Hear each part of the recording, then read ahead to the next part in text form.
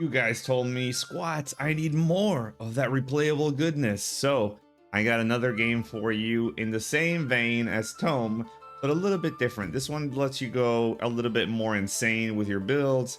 It does get difficult, but it really lets you experiment a whole lot more. I saw some of you get frustrated because Tome, once you get further into the game, if you don't really know where you're going or what you're supposed to do, it gets a little bit more difficult to clear. This game's a little bit different. I'm talking about Path of Achra. It's a game that was very much inspired by Tome, but also other roguelike games, and it does a really good job of customizing, and I think it's a lot of fun from moment to moment gameplay. So I'm kind of going to take you through a little bit of what the starter experience looks like. And the first thing that you're going to see is you're going to have basically a choice, right? Between combinations of your culture, class, and religion. And these are the first level of customization that you get into the game. And as you play more, you start unlocking. It's relatively easy to unlock things. You just need to play the game essentially.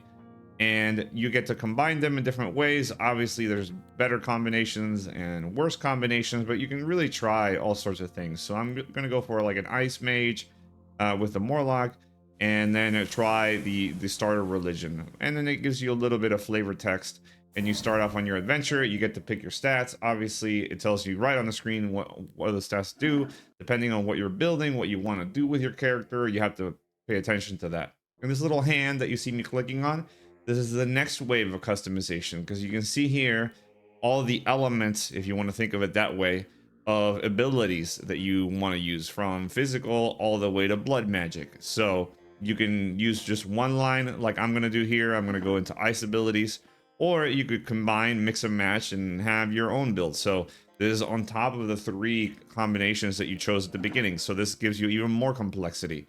And then on top of that, besides this leveling up, you're going to be finding items in the world, and you're going to be progressing. You can see the information at the bottom of the screen telling you everything that's happening. Obviously, I'm doing it a little bit fast for the showcase, but you can take your time. You know, it's turn-based, so you can click around, do every action at a time, or you can also do tab to move around, or spacebar to kind of stay in place and auto attack. So there's a little bit of, you know, free roam there for you to experiment. There's obviously, you know, it gets easier. It's easier at the beginning, and then it gets harder as you go along. But overall, it does let you experiment. As you can see, I'm using like an ice AoE type effect. And you can also choose, you know, different abilities as you level up, different stats. In that case, I chose HP because I wanted to get some of my HP back, as I lose it every so often from a proc that I get. But yeah, it's not too bad. And you're going to find items, but not every item is going to suit your build. Some of the items are going to give you too much encumbrance. And you're going to notice that encumbrance is tied to your strength. So for example, in this particular case, if I equip the helmet that is there, it has +6 encumbrance. So all of a sudden, I'm going to be more encumbered. Now, that's not necessarily a bad thing, because if my build doesn't really work off of being light, then it doesn't matter as much, right? It depends on what I'm going for. It depends if I'm doing evasion, it depends if I'm doing high HP and armor, it depends if I have things that proc with certain abilities. So for example, if I'm using ice and all of a sudden I remove my staff, which helps me with ice damage, and then it's going to be a detriment to my abilities. So you have those things that you need to consider. Like, let's say that I swap this staff out for like a fire weapon. All of a sudden, it would make less sense for my build currently.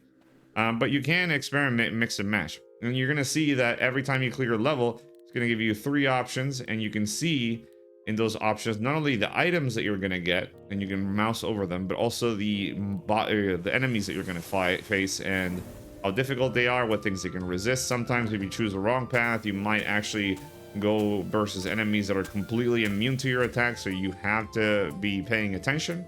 But of course, you can try to brute force your way. It's only going to get you so far.